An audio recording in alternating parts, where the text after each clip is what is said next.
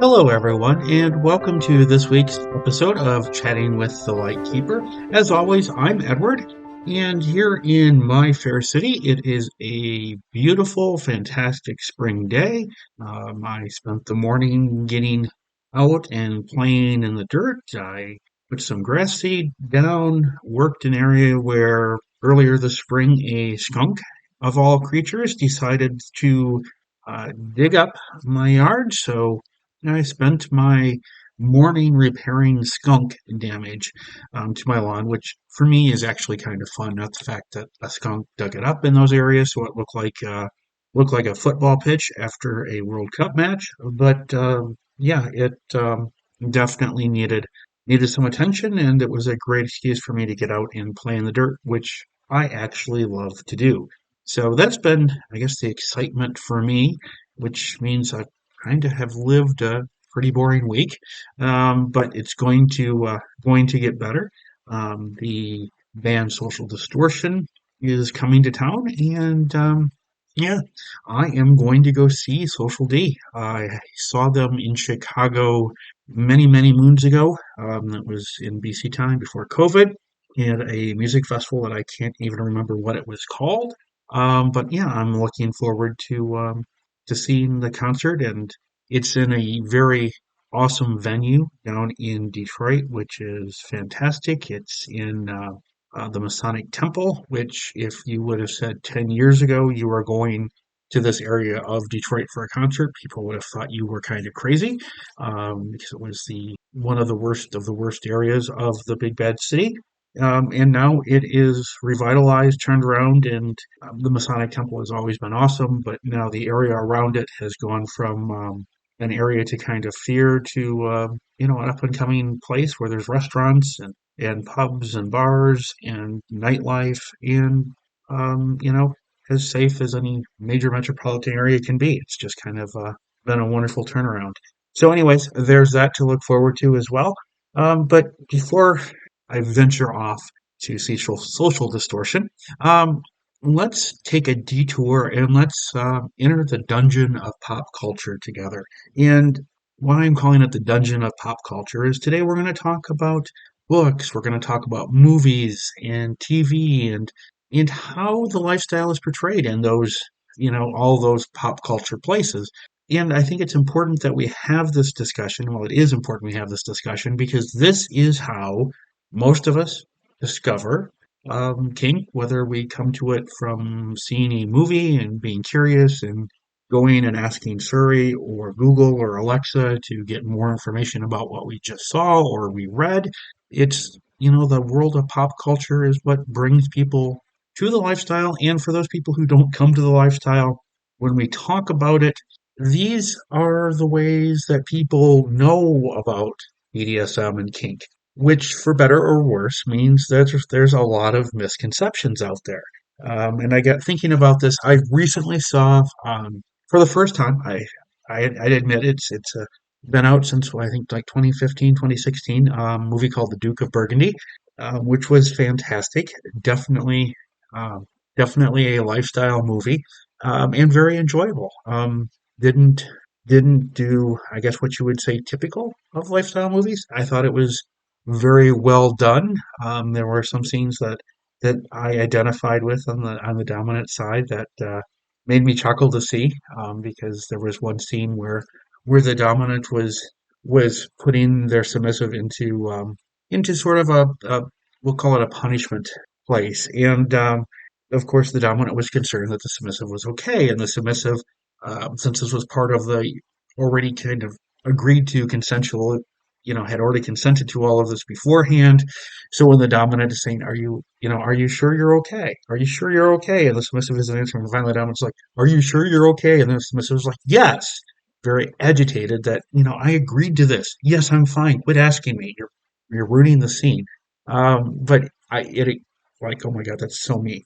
I need that reassurance, especially the first time doing something like that with a partner. So that part of it made me chuckle. But it's important to talk about how the lifestyle, not how we view the lifestyle, but how other people view the lifestyle, or how they see it because of what they are shown or because of what they see when they flip on the TV and kink and BDSM come up. And it's very rare that we see authenticity in relationship dynamics. In a way, you see that in The Secretary, which is my favorite lifestyle film. I will say that. You do see some authenticity in The Secretary. And in The Duke of Burgundy, I was really kind of blown away because, yeah, I saw a lot of the emotional and sort of the whole like relationship thing going on in that movie rather than just sort of stereotypically focusing and sensationalizing all the king-tastic stuff. And also, the Duke of Burgundy scored really high in my view for talking about consent. No, it's obviously not in every scene, but it is there. And oh my goodness, they actually discuss, and you see safe words used in the Duke of Burgundy. There's, kind of some negotiation that happens in the movie. So it's very good to see. However, most of the time, what we see in the media does not talk about those at all. They're sort of glossed over. They're sort of assumed because, I mean, really, a conversation about consent, how sexy and how appealing is that? It's not. Let's face it, it would bore most viewers to death. So it isn't there. And we also see, the common stereotypes when we um, do look at a movie about the lifestyle. It's the dominant is all domly and in charge and all the sort of crapola that you saw in 50 Shades of Grey. Oh, the wealthy, super successful businessman. And, he's large and in charge. And very rarely do you see sort of the realism that pops in a few scenes in The Secretary and a few scenes in The Duke of Burgundy, where it's realistic, it's responsible, it isn't glamorized, and it isn't sensationalized. So those are, the things that we normally don't see, and it's just like we don't see people in these movies. We rarely see them develop as people or see the kink relationship develop, change, or alter. Which I was amazed in the Duke of Burgundy where it went from a kink-based relationship and then, not to spoil it if you haven't seen it, um, but the dominant having, we'll say, reservations and the submissive being committed to the dominant as a partner rather than just a kinky partnership. So when there were some reservations and challenges to the DS component, continue to make the commitment to be a partner rather than just hanging out because it was, the kinky thing that they wanted. They wanted the person, not the kink. And it was refreshing to see that sort of depth of things. But there are so many mistakes that happen in popular film about the lifestyle that when we talk to somebody who is new to the lifestyle, since movies and books and TV shows do bring most of the new people to the lifestyle, um, even if you're newer to the lifestyle, you're relatively new, and you're talking to somebody who's even newer than you are. If they in your conversation with them, mention that they came because they saw a movie or film or they saw it in a TV show and were curious and started down the rabbit hole. It's very important that even if you don't have a lot of experience, you do sort of talk to them about some of these misconceptions that are out there. Um, I think the biggest one that we all need to talk to new people about is consent. Consent is so important with everything. And let's face it, consent conversations are not sexy. The negotiations that go into part of the consent conversation when it comes to scenes and play, once again, not sexy, like, showing the actual fantastic scene, the spanking scene is much sexier than the is it okay if I spank you with my bare hand? Is it okay if I spank you on your bare bottom? All those wonderful conversations that need to happen beforehand are not sexy, so they're not featured. So there's a lot of people who come to the lifestyle not prepared for the amount of conversation about consent that needs to happen, that must happen, which can lead to either consent violations happening or people not discussing consent, not understanding its importance, which can lead to things going haywire and into sort of abuse mode rather quickly because of ignorance. 50 Shades of Grey is a prime example. I'm not a person, I haven't seen the movies, I have never read the books, but I know so many people in lifestyle that have nothing but horrible negative things to say about the Shady Grey movies or the books. The big thing I will say, in a defense to that, is the number of people, the number of eyes it brought to the lifestyle is fantastic, and it continues to bring them. That they're on TV now, they're, on all the streaming services pretty much. So it's a great way that people have come to discover the lifestyle. Hey, I saw this movie, I'm curious. It, kind of turned me on. I didn't expect that. So now I'm going down the rabbit hole. So it's very important that we obviously understand that the Shades of Grey movies and books didn't do a wonderful job, to put it mildly, when it comes to consent. And sometimes it can seem that that consent is coerced or one-sided, where the dominant is taking advantage of the submissive and making it seem normal or okay, which it is not. So it's very important that because consent is so often misrepresented in how movies present the lifestyle, that we talk to new people, even if you are newer yourself, talk to them about the power of consent. The other thing is that happens in so many movies where there is BDSM featured is that it sort of glamorizes not only the lack of consent, the coercion, but in a way it sort of glamorizes abuse. And I hate to say it, but it's absolutely true because it makes the romantic relationship seem all awesome, even though everything is done rather than a balance of power with a consensual discussion about, dominance and submission. We have power imbalances, we have coercion, we have, of course, consent not being talked about or even given, and we rarely see the emotional harm that this inflicts on people. We want to glamorize the kink, and so you glamorize everything, right, including, unfortunately, abusive situations. And like I said before, like which was really refreshing in the Duke of Burgundy, was that dynamics and relationships are often very exaggerated and unrealistic with how they work and how things happen. And there isn't any depth. It's all sort of physical things rather than emotional and psychological complexities that happen in all of our relationships. That doesn't typically happen in the movies. And once again, Fifty Shades are famous for using the stereotypes, the cliches, and sort of papering over all the emotional and psychological complexities that come with a BDSM relationship. So we need to be aware of and talk to people who are newer about the fact that, hey, this is reality. This is not the movie theater. And the other thing that pretty much all kinktastic movies do, they will often sort of hype the sexual fantasies over the characters. So BDSM appears to be a kinky sex thing when we see it on the big screen. And once again, sex sells. And of course, the people in Hollywood or Bollywood or wherever your kinktastic movie of choice is being made is going to know that the kinkier the sex they show with, keeping it in that wonderful, at least in the United States, that R rating for restricted, not going into the land of porn with it, will generate more revenue for them because, sex sells. So we sort of turn the lifestyle into a sex thing rather than, what it truly is.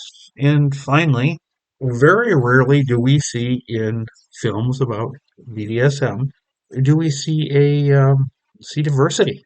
I mean, it's pretty much the land of white people with white men being dominant and women being submissive. Now, that's not always the case. For example, the Duke of Burgundy, your two main characters, the dominant and the submissive, are both women. Both were white. So diversity is something that is sadly lacking. Not, I mean, in many, many places, but once again, films about BDSM are typically very, very lack of representation of people of different races, different gender identities, sexual orientations, and they sort of keep the good old-fashioned white male dominant and female, therefore submissive going. This is not always the case. We're seeing more and more, of course, with independent films and things like that, where we're getting better. But for most mainstream media portrayals of the lifestyle, it is it's sort of like 1980s, sitcoms where, it's all white all the time, unfortunately. So that is also something that we need to, educate people who are new. You know, the community is made up of all different races, all different gender identities, and all different sexual orientations. So if you're expecting it all to be people who look like, act like they just came out of 50 Shades, that's not reality. Now, TV actually is a little bit different than the silver screen when it comes to portraying the lifestyle.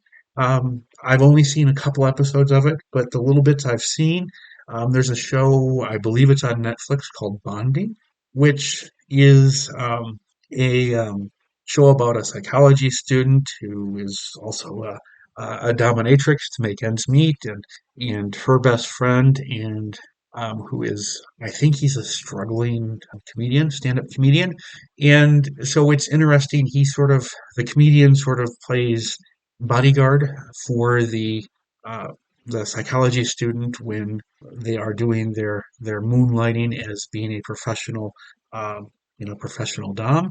So it's entertaining in that way. And what's amazing and kind of cool about it is you were seeing, rather than BDSM being sexualized and sensationalized, you are occasionally seeing, conversations about consent, boundaries, and the lead characters actually sort of change and they're navigating their own personal things and growing and on this sort of like self-discovery journey through the show, rather than just being, tie you down and tie you up and spank you and sensationalize that. So that's kind of a refreshing thing. So kudos for the folks that do bonding and for putting it out there and not doing the common misconceptions. And like I said, TV is a little bit different than the silver screen. Typically, when it comes to TV, we see the non-consensual side of BDSM coming to the forefront because oftentimes there's a crime involved with BDSM when you see it on TV. Either the crime victim, they're victimized because they are into BDSM and they had something non-consensual happen to them, or the person that is the person committing the crimes is into BDSM because, of course, they are mentally unwell because there's no reason that somebody who is in good mental health would venture down BDSM's rabbit hole. So, BDSM is seen as deviant behavior, and the people who engage in it are broken, they're damaged. All the negative stereotypes that are out there, typically on the small screen, that's where they are always highlighted. So, of course, we have the non-consensual side of it, and of course, going along with that, since we're deviants and we're just not mentally well, therefore, BDSM is nothing but abusive. Or it's all about, once again, kinktastic sex, but it's also typically linked to being, that whole broken, damaged people engaging in sex because it is all about instant gratification rather than exploring deeper connections and dynamics, and the relationships that can come out of it. No, we're just, deviant, kinky sex hounds that are either about to be, you know, taken advantage of, or using BDSM to take advantage and commit a crime upon another. So where if you're a practitioner, you're either a victim or you're a predator, and you are. a sex addict, I guess would be a better way. I mean, unfortunately, it's the same on TV, other than bonding. I mean, it's the same thing that seems to go on over and over and over, and it's always sensationalized with the extreme, super dangerous things that happen. It's always the person who ends up being choked and they choke to death and it's murder and it's a mystery and, it's all because they ran around with these crazy, predators in the BDSM lifestyle that led to this harm coming to this person. So, on TV, it is much more of criminality, the criminalization of those who practice BDSM because they're either damaged or they're predators or they're victims. There's very little in between, especially when it is on mainstream. And I'm not saying Netflix isn't because Netflix is pretty mainstream nowadays, but you turn on primetime TV and any of the big networks, when and if it does come up, it's never in a positive light. I shouldn't say never because I'm sure somebody out there will correct me and say, well, this one time on Law and Order, and I'm sure there's a one time out there on many things, but for the most part, it is not a positive thing. And so, once again, if you are new to the lifestyle or just somebody who is curious about it, what you know about it based on what you see on the idiot box when you turn it on for some entertainment, say in the evening, is you see a very sexualized, sensationalized world of BDSM where consent isn't talked about. People are indeed losing their lives because of their sexual fetishes, and everyone involved in BDSM is either a predator or a victim. So it's very important that we talk about this so people feel like it's okay. I mean, it just goes to the hardest part of, I believe, for this lifestyle is once you discover it, go down the rabbit hole, because of the way society is structured, we can think there's something wrong with us for liking what we're finding as we go down the lifestyle rabbit hole. And when we see the way the lifestyle is portrayed on TV, it doesn't help us to come to grips that it is indeed something that will work for us and that clicks for us, and it's okay to like it because of the way it's portrayed on TV makes it seem like it like there's something wrong with us, and it sort of can hold us back from diving into it further. So that's kind of how TV is different than the movies, um, which neither one are ideal, but there is a few, few nuggets of goodness out there, rather than just bad things. Now I'm still old fashioned. I still like to read, love to read, and there are some great books out there that have done wonderful things to bring people to the lifestyle. You have the book The Story of O and The Claiming of Sleeping Beauty, are two well-known, fairly popular books, and also with the popularity of kind of slutty romance novels, shall we call them. Those books, many of them highlight BDSM or have touches of kink to them. Now, sometimes, just like the movies, they're poorly researched or their betrayals are overly sexual or sensationalized. Rarely do they talk about consent, and it's sort of the nature of the beast because once again those conversations are not fun and they're not sexy. But overall books, they bring people to the lifestyle, just like movies and TV do, and they have oftentimes the same failures. Even when I look at my attempts to write erotic fiction, for lack of a better term, um, it still consent. I mean, consent isn't something that when I wrote about, and I talk about it on the podcast or in my regular. If you follow my blog where I write about the lifestyle, I often talk about consent. Normally, you'll see consent mentioned somewhere in everything I write. But yet, when I sat down to write erotic fiction, the times that I've tried it, I'm definitely not saying I'm amazing erotic fiction writer, and you should buy my books. Not that they're even published, but um, yeah, I don't.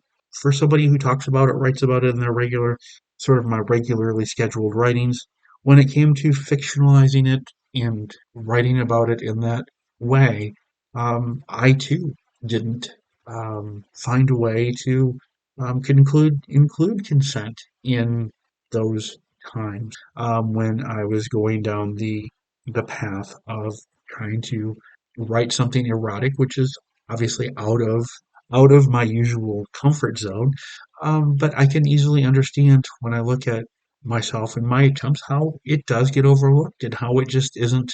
It's not a fun thing to talk about or write about or put in a script for TV because then in a way we're taking away some of that erotic moments because people only have a certain amount of time to engage, whether it's a film, whether it's a TV show, or whether it's a book.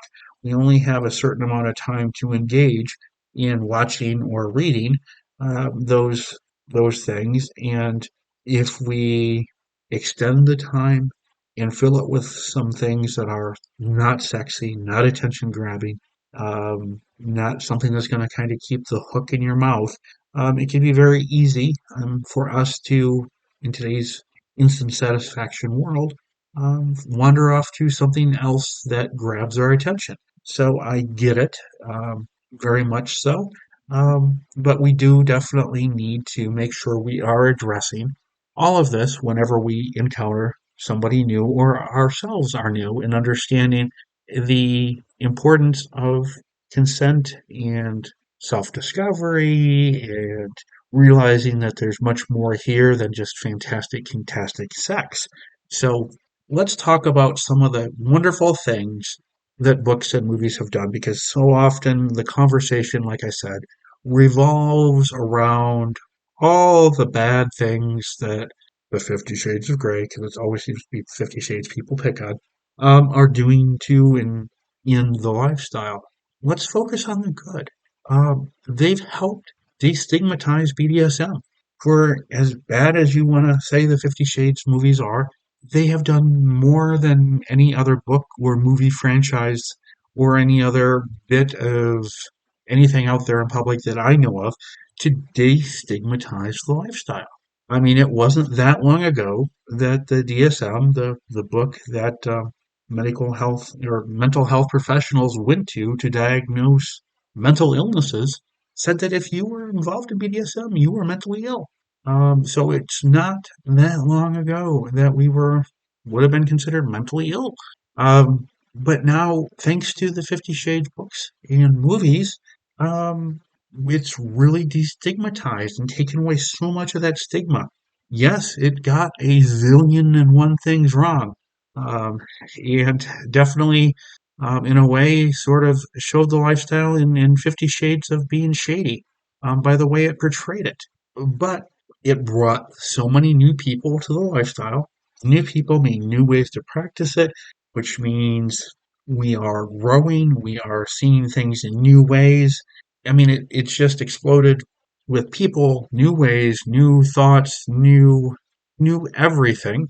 And of course, that also challenges the status quo, and there are people who don't like change. So I get it. But really, the books and the movies out there, whether it's 50 Shades or The Duke of Burgundy, obviously less popular, but really have helped people accept that you can be a good person, an amazing person, and still be into BDSM or be kinky, that you are no longer, um, some sort of crazed criminal, or that you're a predator, or that you are a victim, or that you're damaged or mentally ill. It's really helped people discover the lifestyle, improved their ability to connect with other people, not make the lifestyle so scary and so secretive and foreign. It's really brought a positive light, even for all the negatives that it's brought. So I think we need to, when we do think about how books and movies and even music and all that stuff misrepresents the lifestyle, the misrepresentations that are out there, the misconceptions that it causes. Those are all things that each of us, everybody listening to this podcast has the opportunity to sort of be a kinktastic ambassador. And I don't mean that you have to go out and, hang a flag that's, you don't have to hang your kink flag out on your front porch so the whole world knows. But when you do run into somebody who perhaps like you is new, or perhaps you're a veteran and they're new, just reach out and touch base with them and talk about, if they're new, some of the misconceptions that they might have about BDSM. If we can do that, especially the one about consent, is, discussing consent and safe words and all that good stuff, um, we really can make the lifestyle a better place, a safer place. And the more we can do that, the more it'll grow. The more it grows, the less stigmatized we are, the less misinformation that's out there, the more healthy discussions that are happening. And all it takes is for just a quick hello, glad to see you here. Are you new? Oh, you are? Fantastic. How did you find the lifestyle? Oh, you saw 50 Shades of Grey. That's fantastic. Real quickly, let me just share with you a little bit about consent because I know the movies didn't get it. And here you go. Hope that helps. And you don't have to be you don't have to sort of like be a preachy, pushy person about it. You can just do it very casually, very nicely. And perhaps, you make a difference. Maybe you don't, but I bet you do. And it's just all about us being good, solid community members and looking out for people that are coming into the lifestyle, just like us. We are all new at one point in time. And even like I said, even if you still consider yourself new, super new, um, but you've done a little homework and you understand the consent process, reach out to your fellow new people. It's just an amazing resource. And I have been around, obviously, the lifestyle for a long time. I continuously learn more from people who are newer to the lifestyle than I do from people who are like me that have been around for quite a while. Because somebody who is new is not afraid to say, "Why do you do that?" "Oh, we've always done it that way." Well, I like this way of doing it. There's, new people, new fresh perspectives, and those fresh perspectives really drive the lifestyle forward, especially something where everything is so individually based. We all make BDSM and kink what we want it to be, how it fits our lives, how it doesn't fit our lives. We can discard those things. And so people who are new have those fresh perspectives. And I learned so much from those fresh perspectives versus the we've always done it this way, therefore we will always continue to do it this way mentality. So please, if you are newer, don't think you don't have a voice because you do. And your voice will be heard and your voice actually will be respected. And those who disrespect your voice because they say you're too new, those are people that you don't want to deal with or be around anyway. So you just, you know, don't choose to continue to be around them. If it's online, you've got the block button there for a reason. Use it. And if it's in person and it's a group and you're kind of discovered a group of old fuddy-duddies, well, you don't have to go back to the old fuddy-duddies. You can find a different group. So anyway, that's my thoughts on, you know, going through and talking about our, how we're perceived in the media, that dungeon of pop culture, and why it's important to embrace what pop culture does for the lifestyle, and also to take on the areas, the myths and misconceptions, to take them on, and we all have a role in doing that. So I hope you've enjoyed this podcast, and no matter where you're listening, please tap that follow button so you never miss an episode of Chatting with the Lightkeeper. Next week, we are going to kind of continue going down this road, and we're going to talk about BDSM and our identity. I mean, can you identify as being kinky? And talk a little bit about diversity and how BDSM can intersect with different gender identities and celebrate the diversity the lifestyle has. So that's going to be next week. So I hope you will stay tuned, tap that follow button so you don't miss the podcast when it comes out. And I hope everyone has a fabulous week. And I can't wait to chat with you again next week. Thank you for listening.